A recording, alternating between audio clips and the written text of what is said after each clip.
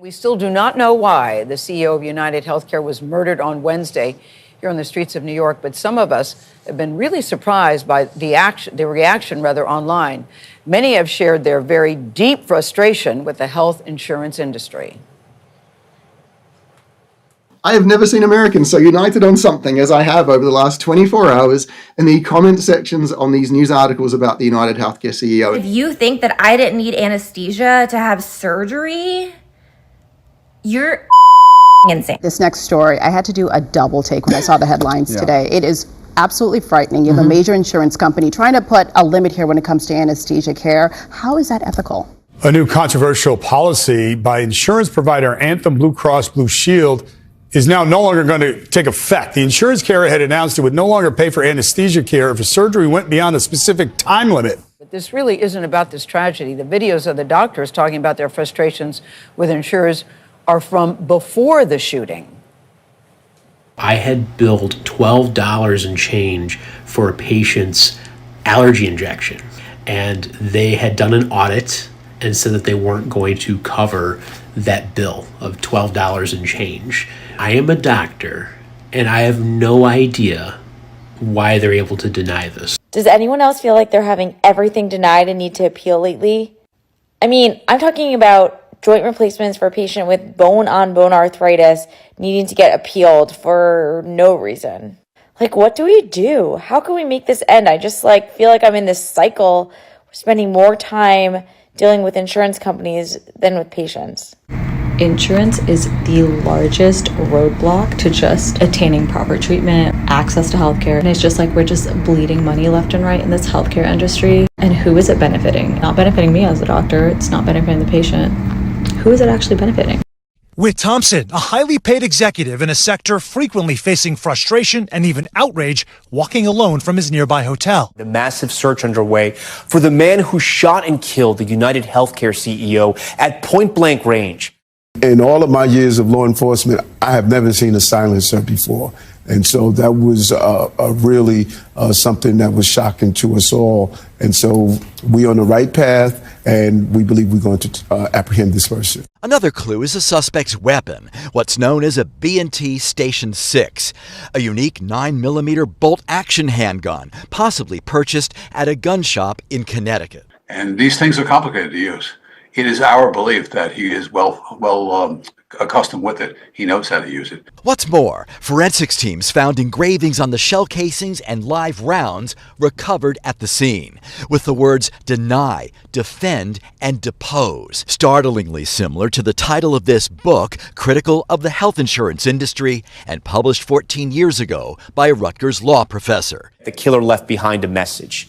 The words, quote, deny, defend, and depose, written on shell casings found at the scene. Brian Thompson led one of the biggest health insurers in the country. He worked for United Healthcare for about 20 years. The 50-year-old was a dad of two young boys who are in high school out in Minneapolis area, and he was also a husband. Thompson was only supposed to be here in New York for a couple of days because he was supposed to speak at this Investors Day conference at the Hilton Hotel in Midtown, and his visit ended here with his death. And back out here live, you just gotta think too for a second. We're right before the holidays in New York City and all across the country. This new image of the man they're looking for, his face clearly seen at a Manhattan hostel where he stayed before the killings.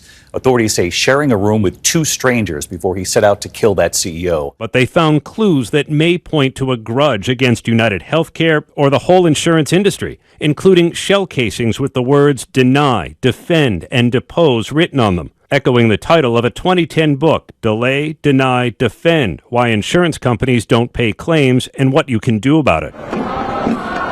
Earlier this year, activists targeted United Healthcare in Minnesota with at least 2 protests, staging a sit-in, even carrying a mock coffin. Protesters accusing the company of greed and pointing out Brian Thompson's $10 million compensation package. And speaking with law enforcement expert Jim Kavanaugh about this, he's saying that makes him think that this may not be a professional hit So the NYPD stopped short yesterday of saying this was the work of a professional hitman. Some of the other things indicated as well from Jim Kavanaugh, the distance away that this shooter was when it happened, the words themselves being on the bullets, those aren't things that they typically see in a situation like that. It could help them find a way to trace and track down where this shooter may be. It comes after his wife, Paulette, telling NBC News Wednesday there had been some threats against her husband, adding basically, I don't know, a lack of coverage. I don't know details. Many people passed the suspect, but he appeared to wait for his intended target. Every indication is that this was a premeditated, pre-planned, targeted attack. Firing shots into his back and leg right in front of the Midtown Hilton Hotel. Video obtained by the New York Times also shows a person resembling the shooter walking roughly 175 feet from the scene of the crime 10 minutes before Thompson was shot, appearing to talk on the phone. Clint Watts is a former FBI special agent. Knowing that the shooter was on the phone talking to somebody else definitely changes the way the investigation goes. Possibly someone knew the shooting was about to happen, or he was maybe calling someone for the last time, or it could be part of a larger plot. With an official telling NBC the gunman not only stopped at a Starbucks near the crime scene, but also bought several items, including a water bottle and 2 energy bars, which were then discarded. That individual, according to the NYPD, had been, in the surveillance video, had been waiting outside for some time, out in the cold, at least. So waiting, and knew exactly he knew who the target was, let's be clear. So I'm sorry, I didn't mean to. But no, how did he know where he was staying is my question. At the hotel across the street versus at the investors conference. Yeah, there's so many questions. And we live here. I mean, it's frightening. Yeah. And that was before 1 million people came for the Rockefeller tree lighting. Yeah. This is a huge insurance company. Yeah. And there's a lot of theories floating around. What say you? Yeah, I mean, and obviously we're not going to speculate, but I mean, yes, of course, working at the largest insurance company in America, it was a personal vendetta. Nobody goes up and point blank assassinates somebody on the street unless you're out to get that person. Whether they knew each other, that's questionable. We don't obviously know. That's one thing. The other side of this, though, is that back in April at their company headquarters, there was a huge protest. And it was a very organized protest. It was large. And it was basically, they were saying it was about claims denial. I want to point that out in all of this. And real quick, as far as the DOJ side, Brian Thompson and several of his colleagues, including the chairman of the company, they made some stock sales back in February, 2 weeks, and this is according to Crain's New York Business, 2 weeks before the antitrust DOJ action was actually announced. There's a lot of other pieces to this story that are unfolding. A reversal tonight from a major health insurance company. Late this afternoon, Anthem Blue Cross Blue Shield backed off its plans that would have limited coverage of anesthesia in certain cases and in certain states. I thought it was a joke, honestly, outrageous that anybody had this idea. This is the reaction from Connecticut's Attorney General. What are you going to do, limit the number of Band-Aids I get now? But the plan received plenty of backlash, and just an hour ago, Governor Hochul announced the company has reversed course on the policy. Anthem Blue Cross Blue Shield said it decided not to go forward with that policy change after widespread misinformation. It said it was never the policy to not pay for medically necessary anesthesia services. I would love to have a one-on-one talk with the person that thought this was a good idea. And policymakers. I think the outpouring of concern that I heard from my constituents was just shock. Connecticut Comptroller Sean Scanlon runs the largest healthcare plan in the state. It's not in the best interest of the patient to cut off their coverage for anesthesia in the middle of a surgery just because it's reached some arbitrary time limit. Just to put, some top spin on this, whatever dumb ideas you've heard today, this is the dumbest. Now, this comes from a major insurer, Anthem Blue Cross Blue Shield, but specifically for Anthem Blue Cross Blue Shield in Connecticut, New York, and Missouri. And what they did was quietly announce that beginning in February, they would deny claims for anesthesia if a surgical procedure went longer than Anthem believed it should go. So let's just put some perspective on that. In other words, some bean counter in a distant office is claiming to know better than the anesthesiologist monitoring your vital signs in real time how long your procedure should go. Moreover, you're knocked out during this period. And so you will awaken after your surgery only to discover that because the surgical team did not get things done in a timely fashion, you're now on the hook for your anesthesiology EKG costs, which is completely nuts. And of course, anesthesiologists wasted no time in saying, this is completely nuts.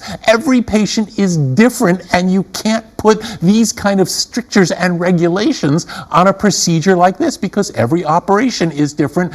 And what do you know? Just an hour or so ago, Anthem walked back its policy and said, yeah, we're not going to do that after all. The company said that it was widespread misinformation that turned this whole thing into a big to-do, and said that all it wanted to do was lower healthcare costs. And let me be the first to say, yes, we need to be taking many steps to lower healthcare costs. It's a very important thing.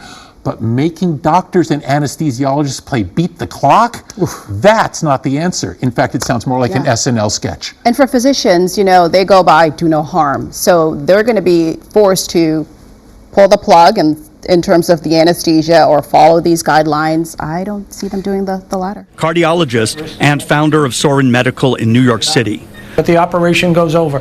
What do we turn the anesthesia off? Do the anesthesiologist walk out? If you don't complete this operation in X number of minutes, that's it. You'll have to pay for the rest of the time when you're under. Crazy. New York politicians, including Governor Kathy Hochul, calling this an outrage. Governor Hochul said after friction grew intense, she learned from the provider this will not be going into effect. In announcing the reversal, Anthem cited what it called widespread misinformation and said it never was and never will be the policy of Anthem Blue Cross Blue Shield not to pay for medically necessary anesthesia services. We're never surprised by what the insurance companies come up with. Dr. Kenneth Stone has administered anesthesia for more than 2 decades. We have to give anesthesia for as long as the case takes. If, for example, someone needs a gallbladder out and they're young and healthy, it might take 45 minutes. If they're older and sicker, it might take 2 or 3 hours. As for this policy, it was set to take effect in February. The concern was this could have resulted in denials of coverage for patients who may need more anesthesia because their surgery was difficult, unusual, or if there was a complication. In her statement this afternoon, Governor Hochul said, quote, don't mess with the health and well-being of New Yorkers, not on my watch. And we're fighting with the insurance company over her dialysis to keep her alive. Having said that, I think that there is something really instructive in seeing how almost gleeful people are about this horrible event. And the truth of the matter is what it tells me is something that we all already know, that Americans have just had it. We have had it. It's interesting that Anthem has already made a change on anesthesia. They said, they're not citing the shooting, of course. They're not saying that. But do you think in some, I hate to say it, that this something good could come out of this tragedy, that insurance companies will wake up and say, hey, we can and we need to do better? Perhaps. I think the real change needs to come from people. And I think that includes patients and healthcare workers, and they need to be going to their locally elected officials to push for change. I think that's the point, the elected leaders. Dr. Gounder, always great to have you. Thank you very much.